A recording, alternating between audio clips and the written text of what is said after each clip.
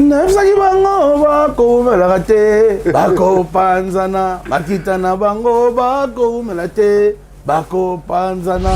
Donc oui rason azan ko esprit wingé na yebi esprit wingé ti na yebi wingé ti quel bi voye la tika ken ko ken abongwani na ozozo nseka simaneni ken abongwani maloba ki ko finga kamaga to abongwani na pese ba mbote place na amoni entourage ne la sa image ya artiste entourage ya onde la sa image ya artiste so oza mutalo yenge entourage non pe zaka batalo yenge non batwana baza ba journaliste te baza ba inconscient ba parvenir.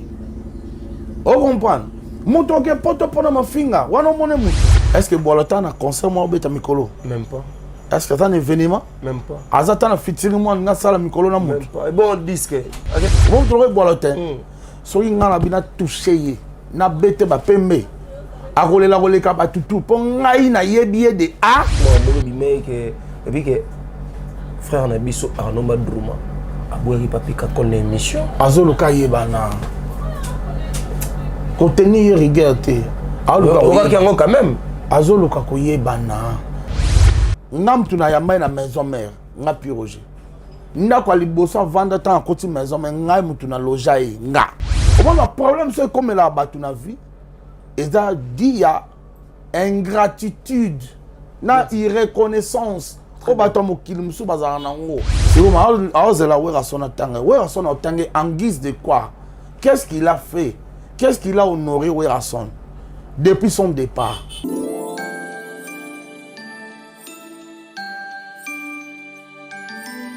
Voilà, vous êtes nombreux à nous suivre partout dans le monde. Je pense que tant Ibrahim Abdiaya, et puis tout Sarabino information parce que nous c'est l'information sur Congo Mokili.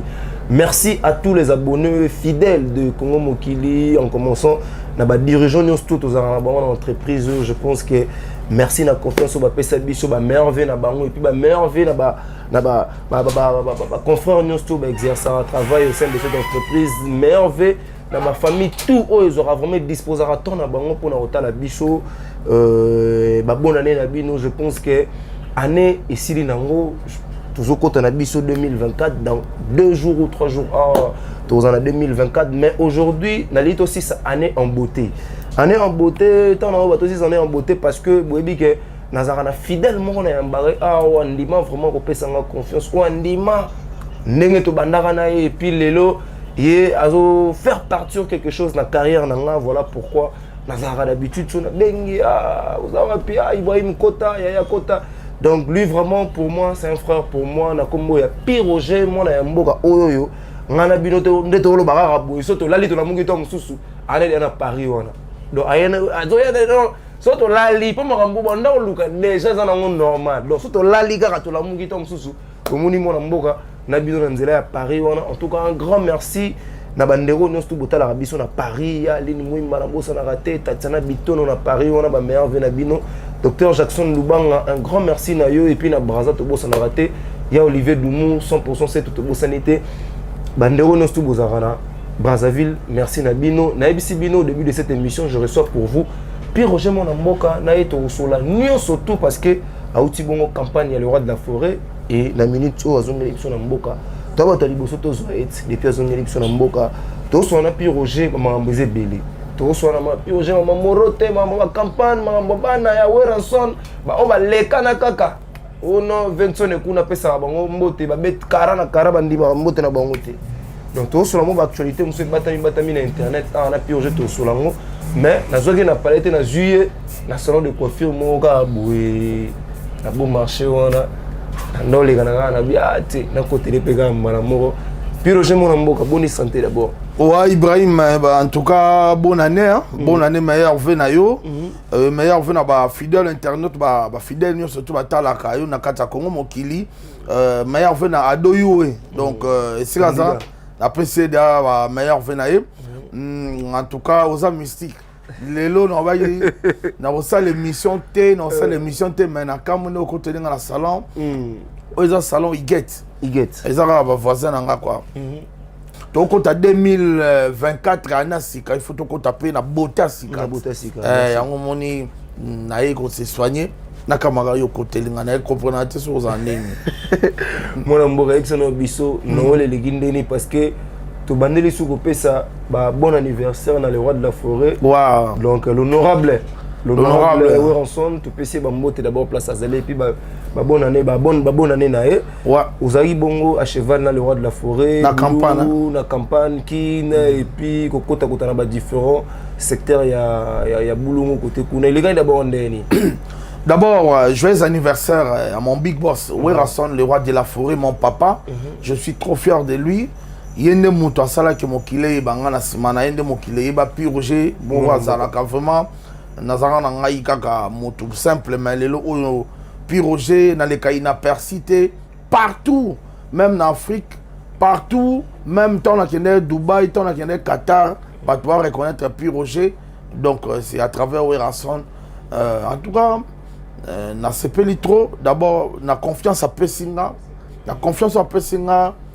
na charge après ça pour na ni nae campagne électorale nae au moins on les a mamba batamayele c'est pas donné n'importe qui c'est pas donné n'importe qui donc voilà to gena les mamba musique té les mamba politique tout peut les sous mamba tout voilà donc voilà j'étais choisi parmi tout bazaki ba servant monteur et à campagne à Weranson et je vous jure que campagne elle équipe très bien vraiment par là je dis merci à tous les grands bandundu.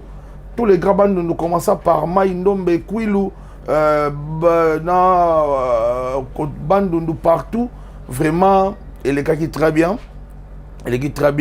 Donc, il y a qui t'obandé d'abord na Kobeta na Idiofa pour na compte il y a maître Ige Poulos. Des toi kozong a toi beta sur na qui quitte. Dans les comptes il y a Victoire 20. Oh quand même rappelé na Batumora bien. Après toi écoute à ce que campagne à l'heure de la forêt to koti penza bulungu tokei vanga mission vanga tokei toke bankara tokei muliambo na mboka le roi de la forêt pena muliambo to lala kikuna na muliambo le roi de la forêt moni vraiment yemoko pe bisira tout na lo bana Weranson na na mutuka na jeep ce qu'il faut état nzela donc au moins on a que balu bois kutozo kota bazamba donc to risquer vie les abats parce que on surtout les cabres vraiment au surtout que bazaki lu bois ku so chauffage aki prudente bois kami donc vraiment je te jure que Zaki passe mingi attends mon père don di ko tu on don di ko tu on don kuna to Zaki le roi de la forêt non il y a le roi de la forêt jeep na dans la jeep asomba qui pour la campagne na donc ils na ngwana et tout tambola qui partout. C'était trop bien vraiment. Nzamba Sali, et jour paye à vote, bah tu vas voter Weranson massivement, en désordre même. Donc bah tu vas voter Weranson et belé. Tous en bas PV, tous en bas PV. Et le roi de la forêt. Et ça le rôle à tout ça l'examen, puis surtout dans la classe. Donc professeur a corrigé. Moutela moutou, osa, au moins on va point là-haut. Côté sur 10 aux 8. Côté sur 10 aux 9, côté sur 5 aux 4, ou bien 5 sur 5, tout ça, on va PV. Sur le cas, c'est ni, il y a une habilité, il y a publié résultat. Donc voilà l'autre, c'est là. Pour mission de le battre, on ne chante pas la victoire avant la guerre. Toujours c'est là, c'est ni, Yemoko, Sakola, Nani. Mais il y a des motos de bêtis côté bon, en tout cas, bis moto qui est tout battu pour alors bah quelqu'un a organisé. Donc tokenda pour tout le victoire. Voilà. Tout le victoire, mais que depuis Bokenda qui peut m'en belé batami dans internet et puis pour se surtout à kaka parce que yo nga to na moi pembe. Ah oui. Alors pembe liboso na banana yo kaka mbala moko. L'ensemble de Wenge Musique à Maison Mère est en Bolandé. Voilà, bilan Wenge Musique à Maison Mère, je sais que Weranson, le roi de la forêt, il y a des moutazas vraiment habilités au salon. Mais en tant que puis Roger, je trouve que l'année 2023, Wenge Musique à Maison Mère est fonctionné comme il faut. N'engé Orchestre Seigneur surtout, où ils sont en forme et fonctionnent. Année 2023. Donc, Weranson d'abord premièrement a débloqué concert na Mikilia Poto où ils allaient quitter. Yo yebi oui. On a yebi bon mobi que na seule mission mona Oh, c'était où ensemble t'as débloqué. Ouais, ensemble t'as débloqué. Mais non, Barbie, dans l'ensemble de musiciens. Non, ouais, ensemble ça là, on te prend. Il y a beaucoup ouais, ensemble ça égoïste. Tant ouais, ensemble on que solo na ba combattant, on que sur la teka pour na yemoko. Abane ko solo là na combo ya artiste musicien. Là c'est vrai. Ouais, il y a des vidéos. Il est l'ambassadeur de la paix. Mon boss est ambassadeur de la paix. Ouais, ensemble n'a jamais été égoïste. Oui, Rasson a Kendaki qui solo na ba combattant en Afrique du Sud, a solo qui na Londres pour combat banana à Londres. Voilà. Combat banana à Londres, oui, Rasson a solo qui na Londres à convaincre ba combattant à l'excellent que musique et ça boulot na bango. Donc ils a gagne pain, ba ba politicien té. Pour aucun artiste musicien oyo, il j'ai fait interpeller Kaibi Mbongo Mboka Azalarati. Donc pour dire que bango ba na politicien té et aujourd'hui et je suis très fier, il y a au moins un conseil des hommes dans poto. Je suis très fier de Werason. Parce que Werason a toujours wana pona kofungolanzela pona baninga. Voilà. To beti partout et il y a mon tour les qui to sali campagne qui to ba voter Werason massivement. Donc to bandaki qui to ko année, to ceux qui sont pas qui to. Le roi de la forêt a siégé to cha suppléant côté wana. Bon, on Gladys on a programme à Werason. On a programme à Werason. Mais tu souhaitais quand même le roi de la forêt, Achille ta sœur Nabiso Gladys et ça la bien yemogo atiko na musique. Obitan on temps à Gladys. Ozo bossa na ki autiko bima lauréat sous soi. Je sais mais autiko bima lauréat parce que option au moins c'est vrai qu'on a invité la Valentin. Te ba biso peto ça yita et là on peut salamita. Écoute biso mais kuna on fête qui biso to fête à Kassit. Message non passé dans le roi de la forêt l'honorable. Nenga yeboye. Donc to ça effort to ben sabatu parce que zelo ramnene. Moni bana Werason ba mona na TVT. Jamais mona bana Werason ba sotis mona maramu pa pamba. Bana Werason so ni mona bon c'est mona ba encore en institut. Ou bien mona ba na bac ba azu bac. Ou bien na mamantique. Jamais mona bana Werason pa pamba mona ou bien habillement mona mabe. Ou bien mona bana Werason ba zo swana na ba internet. Voilà. Et si gana pa na féliciter Werason na féliciter mais obige nani na ba mission tout nani banda ko bimisa bana nae. Mutabando bimisa bana Werason. Merci. Donc Afula banat kasi batebele ti lelo so batebele balanda lokolo. Merci beaucoup. Mais ce que abanda obimisa bana na esprit bien. Ne kasi on te lo bien batu balanda lo bien. Na komisi kolo nzambe n'exauce nanga. Na pensingu ya na kembo na elimo na kolo nzambe. Na clip obimisa kutu. Yo kanga mwana mawana kolela gobdal kibinda. Après imba Bengela nga bebe exaucé ye mwana mapata atalande kwa eza bengela nga bebe Gladi ye mwana mapata atalande kwa exaucé ngama ninene so afula bana na esprit ya bien donc bana ba bima bien voilà bana ba bima bien mais pire je mona mboka obike mamambe belele kanaki atokozongela ngote ba no madruma et puis na yambaki podil manzaka tout solo là parce que kendaki mokei qui sinjo rapati ndelinga pe vidéo à répondre ken puis n'a pas s'attaquer un peu plus na yo puis ken a benga na abi au mona boto fandi kuna boto tali bo puis roja zo boya ne fali poupa mais biso to mais na zo comprendre ken a benga na boya artiste fali poupa ken a benga na arena Ken a benga ngai na bulunga félicita kinga ngape na félicita qui a comme naître bien a bon wani hein ya plutôt comme naître a bon wani donc ça le moment nene ken puis en vraiment félicitations na bazarami na masana nga Julien Botalatala par là na peut ça tout mbote na bana Belgique Brunel Waiza moi c'est kitoko donc moi c'est kitoko Brunel Waiza moi na popia mukolo quoi donc na kata Belgique après c'est bambote Sylvie Kalumu na kata Belgique wana basa ebela venanga Chibasu Serge Maloka venanga Maître Chiteya donc Yaginko Ingituka bambote belé quoi donc voilà puis Roger mon mboka tu continues toujours causer l'album Morote arrive normalement tu pensais que tu fêter nango le 25 et les lois tous qui dans 2 jours tout contre la biso bah faut pas que Werason le roi de la phase mission va fêter mission il y a carrière Werason a ça là, et les cas inaperçus. C'est ça Werason, la force de Werason a ça là jamais et l'autre les cas inaperçus. Jamais album n'est les cas inaperçus. Jamais concert na Werason a bêta concert et les caca le la potopoto ngaimo ba meli les kika bongo non. Werason soit ça les logo na yé. Il faut éthique à la archive, il faut éthique à la penza na ba archive.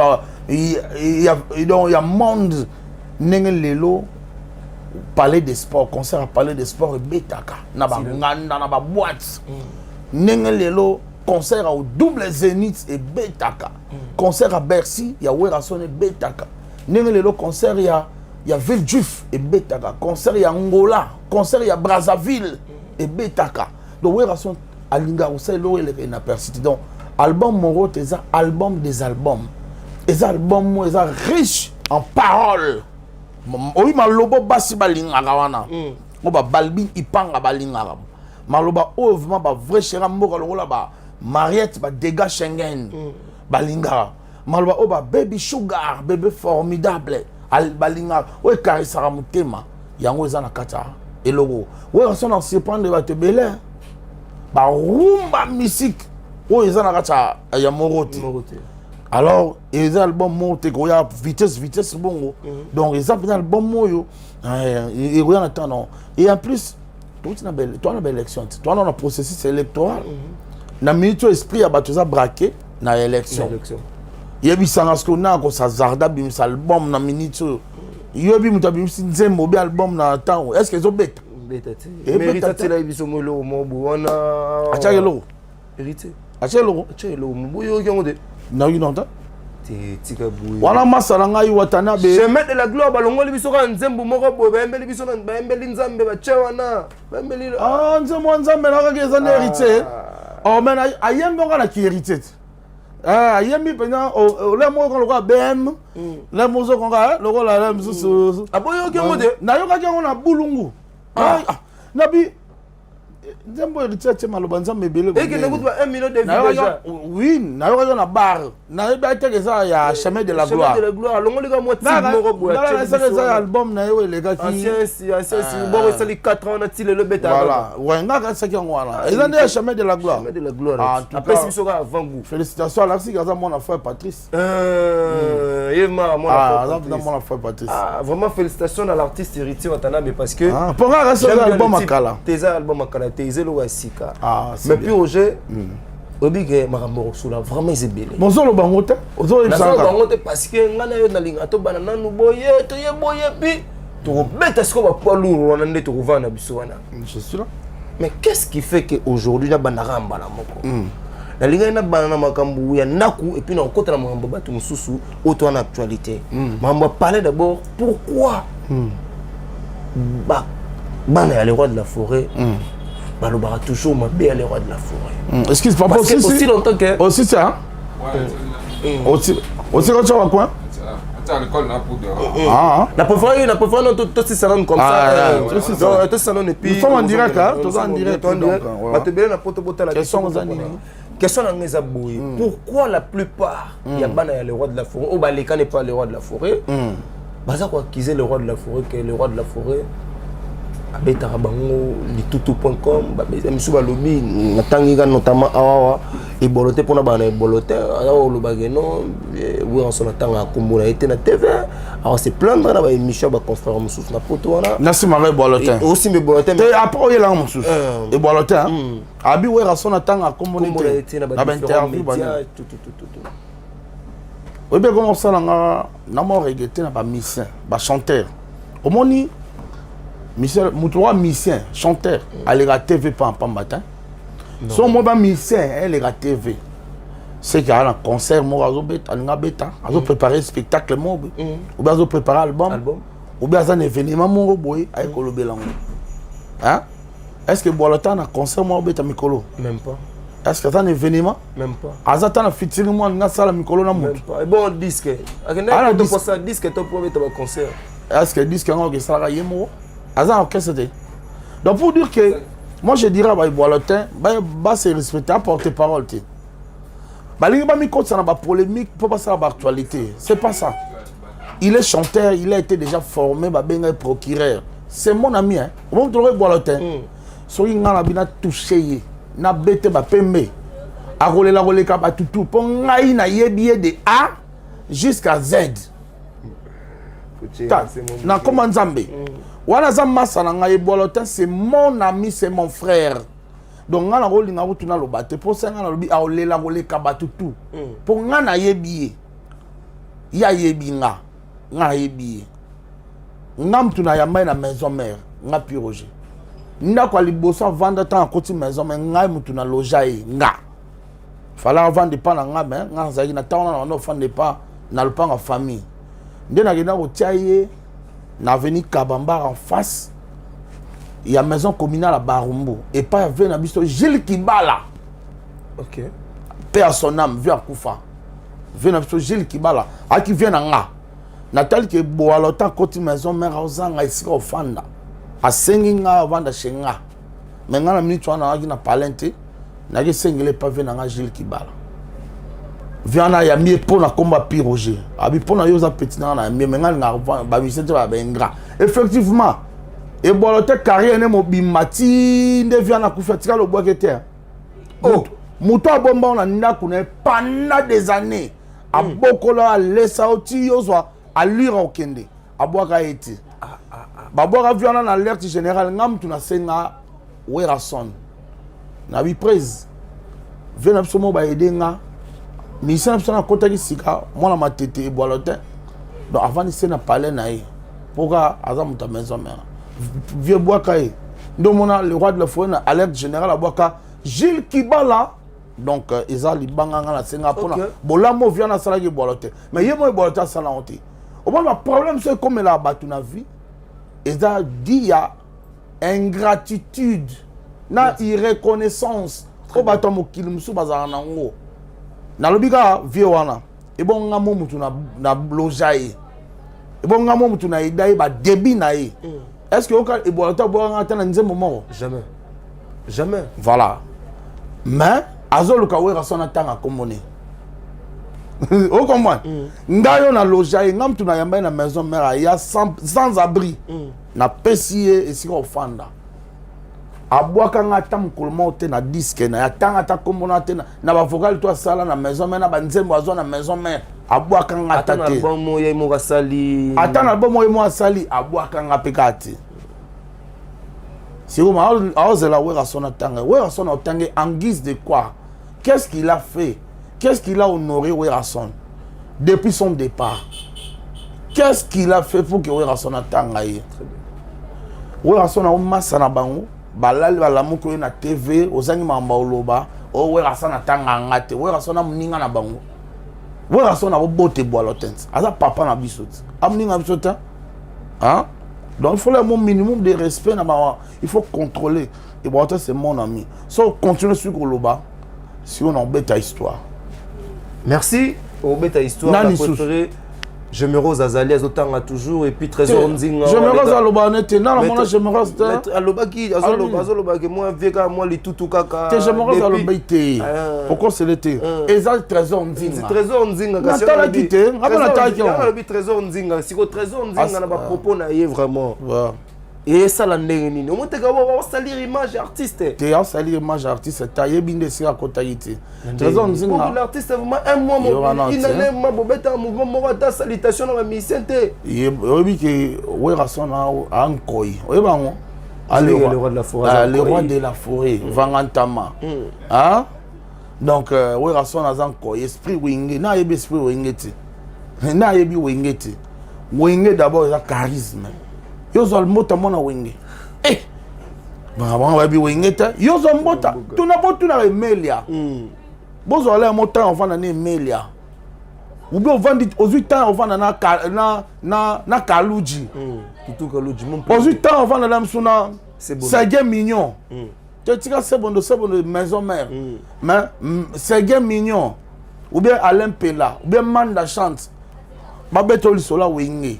Yo pesa mona wenge mbote. Yo zanan. Donc ba viana ba na idéologie. Ba na idéologie pendant ya wenge mona wenge wenge zali charisme d'abord. Pe d'abord mona mkia banda mkolombo tete. Mkolonda opesa mona mkia mbote. D'abord, moi, je suis c'est une politesse. Oui, bien. Alors, donc, ils sont tous aux autres. Et la formation, tu as la ils sont tous aux autres. Oui, bonjour, prise. Attends, on est idiot. Bonjour, prise. Bonjour, prise. Non, il y a un personne qui répond tu as sali 27 ans dans la maison mère.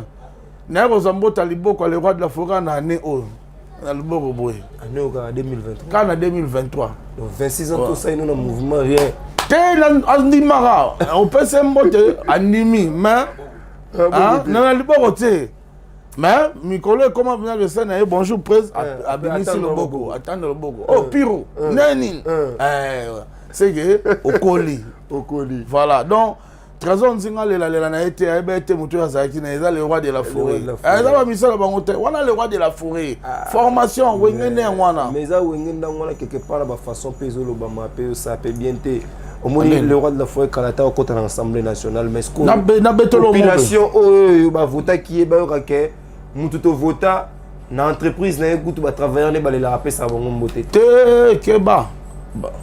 Il y a un peu ça, maman. Nous avons le président Kabila, Joseph. La cérémonie membre. Toi, Tandami, gouverneur, Nani, premier ministre, à l'époque, premier ministre, Matata Pogno. Tout Tandama. Président Kabila, qui tient l'avion, tout va passer Mbote. Mbote. Mais, premier ministre Abimisa Loboko, après ça, ils ont gagné Moko. Waya. Deuxième fois, ils ont gagné. Atiga le Keko. Ata Fachi Betonne Zawana. Comme Megato Bimisa Mbote Mtalboso. Olela. Wana Zara, force à leader. Comme Megato, Zela Yenda Pesa. Force à valider. Valider va bon. Non, a fait moi bête na Zaiko. Abi a sali 4 ans Zaiko. Ti le lo nyo kalo on a ndima mbote nete. Présent na ndima mbote nete. Atanga mon pe. Na vina na kutana ya nyosha ta 5 fois. Ya boye pena boye. Bonjour président. Tout fort. Sigo ya we rande bon mon ouais ba leader ba charisme ba leader ba bon. Merci Pierre Roger Monamboka, nous sommes toujours avec Pierre Roger Monamboka, on va continuer parce que il y a quand même les actualités où il tu peux s'appeler non toi bonne année bonne année il y a Willy Pensiene na pas Bruno Lubi Kambongo ya propre Bruno Lubi Kambongo à propre aux États-Unis Fiston il tout coupé MD2 business Fiston il tout coupé bonne année on a joué Bruno Lubi que nous mona bonheur Fiston il tout coupé na commerce on a monier bon okita on attaque na bi fena zana yo yo moko okita za gentil oyeka oyebiseka ngai Ibrahim odosala misona Pierre Roger mwana mboka akolinga aux enveloppes MDD MDD kaka moko tozana yo depuis jour na MDD business Fiston il tout kanisa ngatati imuta sala biso surprise Yannick Ekuba Mufinuku yo raté apesi bato carton soso carton loso apesi bato carton huile apesi biso carton soso carton ngombe carton ya mabuma ngombe huile bida huile saki ya loso saki ya semu ana pale mikolo nga butu na lali pongi siko esili te na mona nga belobi susu Serge Makila le dragon de la monnaie abengi su biso fondation Sermac et puis c'est sous biloko. Donc déjà. Non, ils ont lobby. Bon, le a dépôt, na sala dépôt. Non, c'est là le roi de la forêt pour les big. Wana où tu as parlé. Na raté côté on a zoté ça galo sur petit badamé le roi de la forêt honorable na. Bon adoyu at kanisi binote. Honorable adoyu. Ah, ya ratakata. Ah. Ya ratakata. Pour na mono lela. Il y a le roi de la forêt da big boss, te papa na. Il y a des ça qui est des petits bazar dans la. Internet lobby soni yo mtu ela ngala makam. Au moins d'abord on doule non ya arena non troisième arena pour arena muso tala ino tena tala ete non ina mboka c'est là bilan ba arena tout c'est vrai que na musique ça va ba arena zani ba différence concert au fallait pour pas betaki na France Belgique Wembley na Londres ba arena on a ba salle on a si bon on les a bakam na is tena lingi en tant que mon mboka Mboka. Quand tu appelles mon Mboka, ça veut dire aux autres je réponds moi. Ils ont marre naïe On a porte-parole naïta. Tenaïla tout n'a au monde qui on est ça va bien. Kendo tout n'a porte-parole naï. On a porte-parole naïta. Non tout n'a porte-parole ni. Kassit. Asa artiste mounene mboka na biso. Na boya image il y a biso ne so. Toi dois représenter le roi de la forêt Kofi Olomide, Jibem Piana, Fabregas, Ferregola. Héritier Atanabe, on doit représenter Bisso Fali pour parce que ça les fierté na Bisso a mettre les Bisso sur le plan na France, Belgique et est-ce que tant le roi de la foi bête à Londres ba double concert à Londres et non tout na ba tout musu soupé ou non tout na ba tout on a ça la émission coup pour na double Londres na tout na ba tout na lipe muto tout na ngam na yo tout na ki te na tout na ba kola ba to ba sara na communication na ba lo ba yini ba kitoko te ba lo ba yite o tout na ba ngote donc prochainement retourne dans ma robe naïté na balobi bango ba na problème na le roi de la forêt Ibrahim au monde ba se plaindre kutu ken bien se plaindre au monde les carana TV zo finga no kutu l'artiste fali pour boye la ngata donc poto mo baby na yo les carana TV au finga no l'artiste boye la ngali finga ta moko na finga artiste congolais moko et pourtant nga défendre l'artiste na émission na ngamo non je suis de m'exprimer par rapport et ben émission to ça na yo défendre l'artiste première fois a me magutu yo défendre no ngati yo défendre no ngati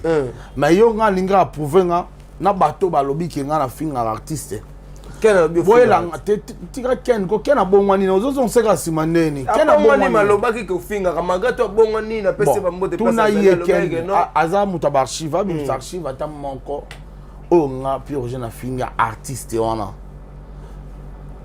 ata o na finga likolo munene o bien likolo muke o liboko munene to liboko muke o akufela banani o alia banani ne ba balobaka po bato ba finga ka boyebi nde baloba boyela nga eloko o nga na loba ezala te ezala ke na boya na nga ni makambo na ye botu na nga te po naza porte parole na ye te maître Dilon batu na makambo na ye te botu na nga makambo na ye te po artiste mboka na biso yango nga siko nalingaka te botu na makambo na ye po naza porte parole na ye te aza na bacommunicateur aza na bato aloba makambo na ye botu na bango ngai te yango lisumu na nga lisumu yango donc mais moi na mboka oui c'est vrai que obi ke nga avant na ndenge mabete j'ai le choix ça la mission mona le roi de la forêt mais j'ai le choix à déborder guipé yo na nga te bi ke actuellement bato ba mema qui sur 13 personnes au mai poto et belé ba finga le roi de la forêt et belé ba lo ba pour le roi de la forêt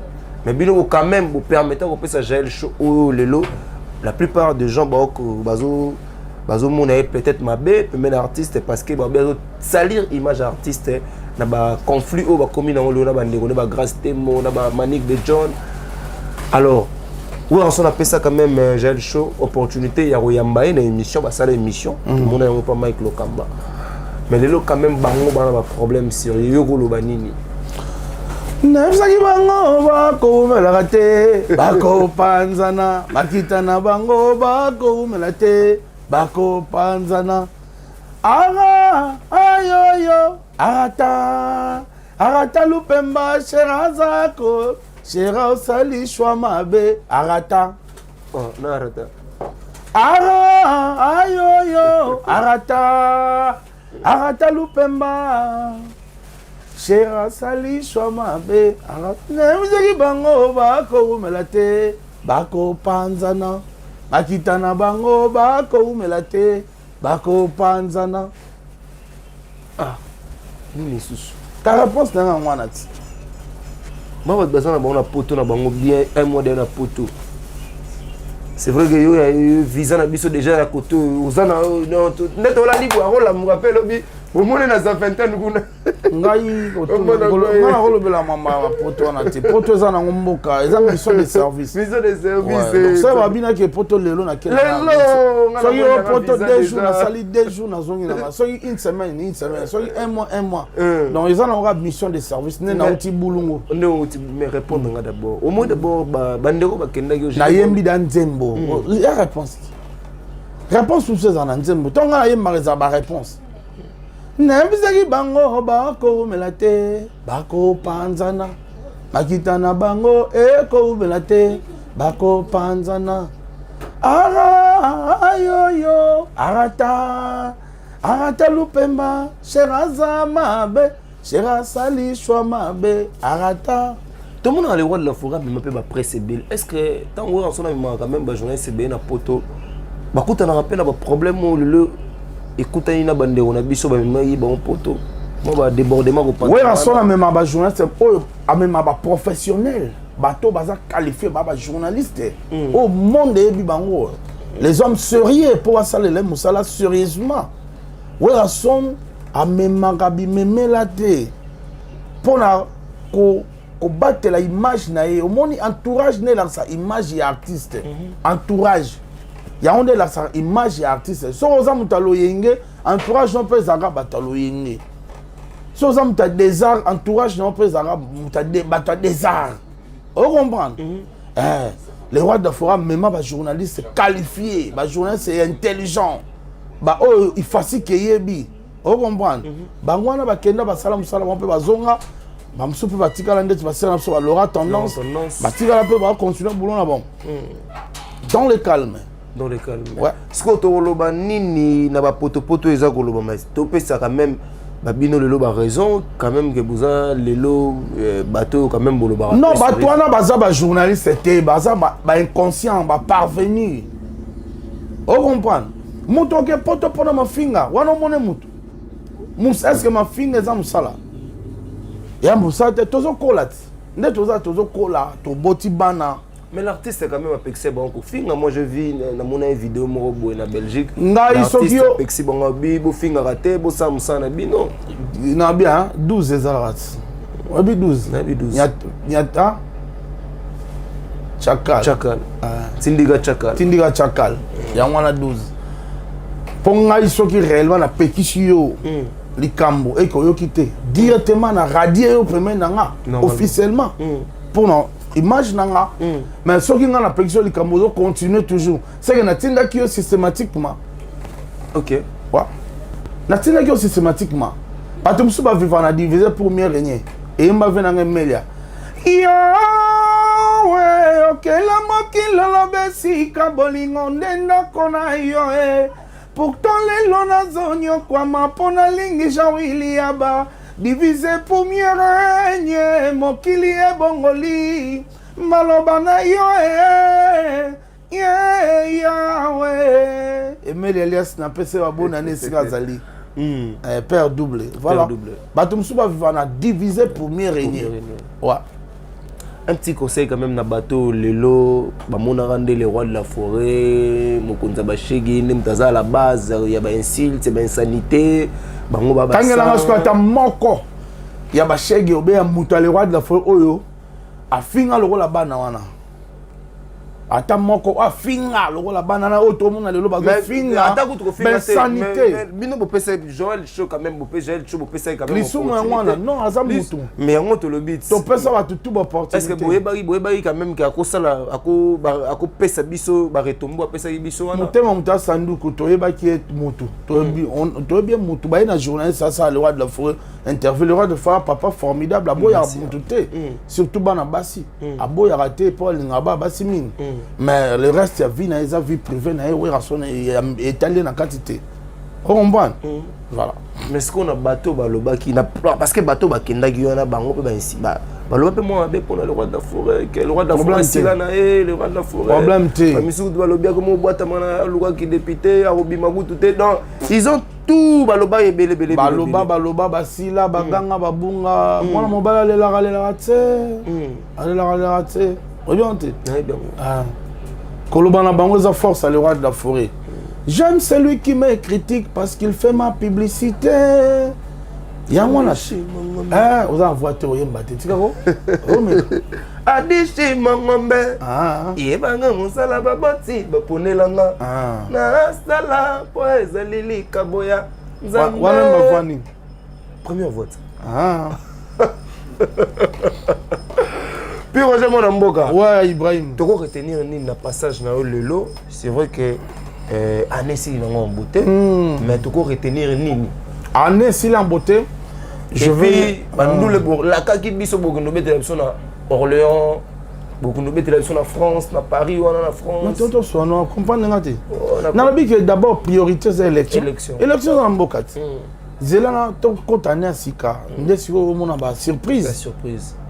Et là, on a le barrage que non, merci d'abord. Je me rappelle le Morobobi que Morobi que frère Nabiso Arnaud Madrouma. Aboueri papika qu'on émission. Azoluka yebana. Contenir rigueur te. Aluka kiango quand même. Azoluka ko yebana. Soka boki libanga na mboma tela terre boka su wapi. Il faut que Abi va vivre basila. Yangwana te il faut que boka. Yo non est-ce que tu dis que va vivre basila.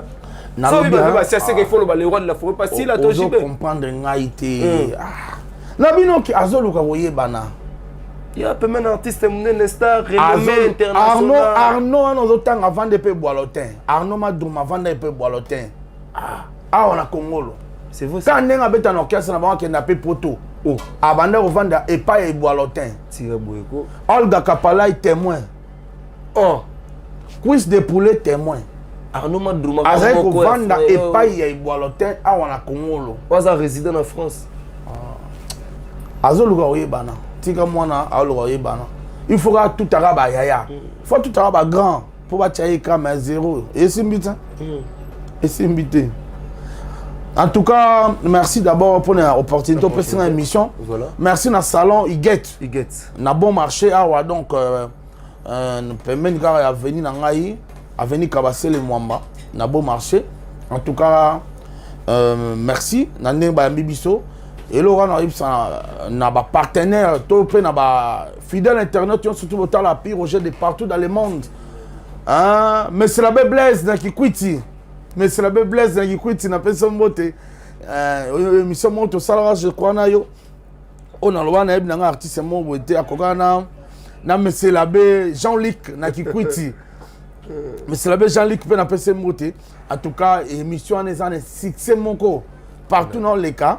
On est dans la salle vraiment, ils ont un succès incroyable. Et na sengi bateau tout na offensa au ba mon enlève sur va passer na émission en 2023. En tout cas, bolimbisa. Montonyo surtout à canceler nga mabe na ba propos na émission. Mais en 2023, non c'est sa parole. Aussi, année si on a 2 jours. Il y a un ça déjà. On n'a pas année 2020. Émission, il y a sous quand on a salé. On s'en a un peu émission soutée. Donc, on a 2024 kaka. Bah on peut se peler dans la émission surtout na sali. Bah surtout dans la poto. Maître Odilon, hein, na madame na ye mère na biso na pesio ba mbote.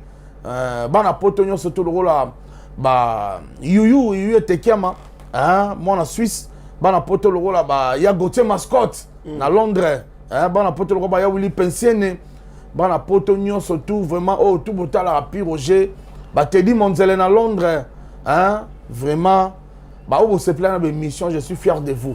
Ba vous soutenir ki ngai naza pe fier na bino naza reconnaissant. Le roi ba Théo Zambrota on a vraiment tiki ngate année 2023 mobima vraiment le roi ba PDG Maloum avocat ba président Alain Boussi Cercle Royal, hein, vraiment merci. Il y a Jano Binanou, vraiment dans Bossa Naote. Serge Makila, les dragons de la monnaie, chaque dimanche après ça a un carburant, il y a une mission. M22 Business Fiston, il y a un mardi, mercredi, dans une enveloppe, chaque semaine. Vraiment, président Bruno Lubika. Bon, propre. Bon, soin vraiment, merci. Merci pour tout. Merci vraiment, ma famille, mon père spirituel, le révérend docteur Israël Issambo, église colonne de feu. Nalemba terminus avenue Foulou la numéro 50. En tout cas, d'ailleurs, coup dimanche, veillez zaté. Dimanche, tu as qu'il s'amoune de 6h jusqu'à 10h, tu as le 31e. Et n'a pas si peu de temps qui écoute le gars, couragez ma couela, ya Justin, couragez ma couela. Hein? Merci à trop. Bino tourne pour soutenir qui n'a pire Roger Molamboga yeyo. Merci Nanzamba Batelebiso. En tout cas, année les banda sika maramba sika boy langa sur la polémique te botu na ba question ba misem souté botu na ba le roi de la forêt naza porter parole à le roi de la forêt le porte-parole donc na boy dans ba polémique ba komba batu na boy botu na ana sika na boy polémique na lingité na pesi mbote na petit na ngai abwende petit na ngai abwende petit na ngai ah, wana leki nanga. Yazo continue au fingo yazo ah, oh ya na ngam tuna sala ye. Il y a Fali mtasali yo comme isu yupi roje mtasali. Tu na yembisi na banzela na zo yembisa yembisi. Bon rosala yango na. Oui, ba pese ma ba sanfa na tambusi na banzela ba pese ma ba sanfa. Obi akomi star makasi ya place oyoko. Petit Guilin. Akomi star. Comment le Guilin? Guilin. Petit Fali comment le petit Guilin? Comment le Guilin? Comment il y a un Mobi ga sepela boete. Ah, on qui a sepela ni. 600 ba promo za na ba million Abraham banani. Petit nanga million Abraham problème na za. Bon, si on a une question mo yoro bo pa côté non Wilson biga ba égoïste ani ba balar ba ni. Il y a besoin na wenge. Mais ba pire petit ga vite. Ah moi na pas Hollande. Tu sais ça né en beauté mais ba polémique wana tout ba sango. Vraiment merci à toi na chaîne Kitoko. Oui, Mbanga. Merci pour la coiffure na ça bon na beauté. Yara ba mon Christophe saison d'or. Saison d'or Christophe il y a 4 kaba star. Et puis na robo sanet quoi. Voilà. Merci famille. Merci beaucoup, c'était la Pure Roger mon amour. Oh, Andima qui est vraiment invitation à Bichot. Donc, durant le début de l'émission, Tissiko, je pense que tu fais ça. Merci Ming. Mais basé Belé, le roi millionnaire, le roi Jimmy Belaou. Ah, il y a Jimmy Belaou. Il y a Jimmy Belaou. Jimmy Belaou, Kassipat Bamba, où est la poto Gouna? Ah, Tarzan Kini. Mais bah, où est la poto? Tu dis pas bon côté. Quel est le gars on monte? Bah, où est le gars bon? Ngasko na zoki ba héros na Kini. Tozaki na Jimmy Belaou. Jimmy Belaou. Tozaki na président Vala Moussaï. Donc senti bien que non on a commandant Poupou. Azoba la Kalaté. Commandant Poupou. Todo mon délégation zo kitaba Kelvis Senko Ibazoya. Kelvis Senko. Ba tout le rôle là prof L Gilles et elle. Elle prof Gilles et elle bazo kita. Donc faites ces amounene quoi. Faites ces amounene. Merci, je vous aime tous. Un grand merci à toute l'équipe de Congo Mokili. Ce vous s'appelle l'émission, le numéro est là au bas de l'écran. Vous pouvez nous contacter à tout moment, nous sommes ouverts et tous arrageables. Et on est surtout Vandiwa, Piolingi, ou les canaux émission, vous êtes le bienvenu. Na Pessi Bana ya Brazza, Bana ya Afrique du Sud, Bana ya Angola, Bana ya Paris, Belgique, Londres, au Batal Arabisou. Un grand merci à vous. Je pense que l'année 2024, Marambouya Sika, et puis, vous voyez que l'année 2024, Nabino bateau bo salara ndenge nabino bateau bo tchaka oh ils soki ndenge boye ba biso nabino nzoto na nzoto qu'il pleut ou qu'il neige. Un grand merci à tous nos abonnés, je vous aime tous d'ici là, portez-vous bien. L'ambassadeur des jeunes congolais pour la paix, Ado Youé, a procédé samedi à l'inauguration de l'ambassade dédiée aux jeunes congolais. L'inauguration de ces bâtiments, ses vœux, d'après cet ambassadeur, être la concrétisation de la volonté du chef de l'État dans l'encadrement et l'épanouissement de la jeunesse congolaise d'ici et d'ailleurs. C'est ici qu'est situé le siège de l'ambassade de la jeunesse congolaise pour la paix et le développement de la RDC. Plusieurs délégations des officiels congolais des mouvements associatifs publics et privés d'encadrement des jeunes, des autorités nationales et provinciales, ainsi que quelques chefs de missions diplomatiques ont assisté à cette cérémonie d'inauguration qui est une première dans l'histoire de l'RDC et celle de la jeunesse RD congolaise d'avoir une cité de la paix 6-4 avenue Mafuata au quartier Basoko dans la commune d'Ngalima à Kinshasa. À en croire Ado Youé, ambassadeur de la jeunesse congolaise, l'objectif est d'apporter une solution rapide liée à la création d'un espace d'échange entièrement consacré à la cause de tous les jeunes congolais d'ici et d'ailleurs. L'ambassade de la jeunesse congolaise vous concerne tous, n'hésitez pas. Vous devez comprendre que ce qui nous réunit nous rend plus forts. Et nous allons avancer toujours avec la paix et surtout l'unité nationale. Voilà pourquoi j'invite toute la jeunesse congolaise à se joindre à nous pour collaborer ensemble. Moi, je joue juste ce rôle de médiateur et le rôle d'avocat. Je serai là pour vous et je me donnerai corps et âme juste pour vos préoccupations et vos problèmes. On sera là. L'avenir de la République démocratique du Congo promet meilleur et cet avenir est beau. Et nous allons construire tous ensemble l'histoire de ce beau pays, la République démocratique du Congo. D'après les invités, l'inauguration de ces bâtiments se veut être la concrétisation de la volonté du chef de l'État, Félix Tshisekedi, dans l'encadrement et l'épanouissement de la jeunesse congolaise. Et je déclare donc en ce jour inauguré ces bâtiments qui est dédié à la jeunesse et j'invite toute la jeunesse congolaise à fréquenter cet endroit parce que nous mettrons à la disposition de ces lieux toutes les informations et toutes les opportunités pour la jeunesse, mais également que nous tous puissions travailler à côté de nos autorités militaires et sécuritaires sur la question de la paix pour notre pays. Projet, ne restez pas ces jeunes-là qui est en train de murmurer, de pleurnicher à tout moment.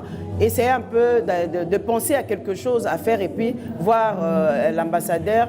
C'est l'ambassadeur qui vous fera la voix pour voir le ministre qui peut peut-être concrétiser votre projet. Mais c'est un plaisir, c'est une fierté aujourd'hui d'avoir ces très beaux cadres qui désormais pourra recevoir des doléances, recevoir quelques problèmes que nous avons nous jeunes. Donc je dirais coup de chapeau. Depuis sa nomination au rang d'ambassadeur de la jeunesse pour la paix en RDC, ce digne fils du pays se démène grâce à l'action coordonnée du ministère de la jeunesse à faire les lobbying et plaidoyer pour l'épanouissement de la jeunesse et son implication dans les processus de prise de décision dans les institutions étatiques.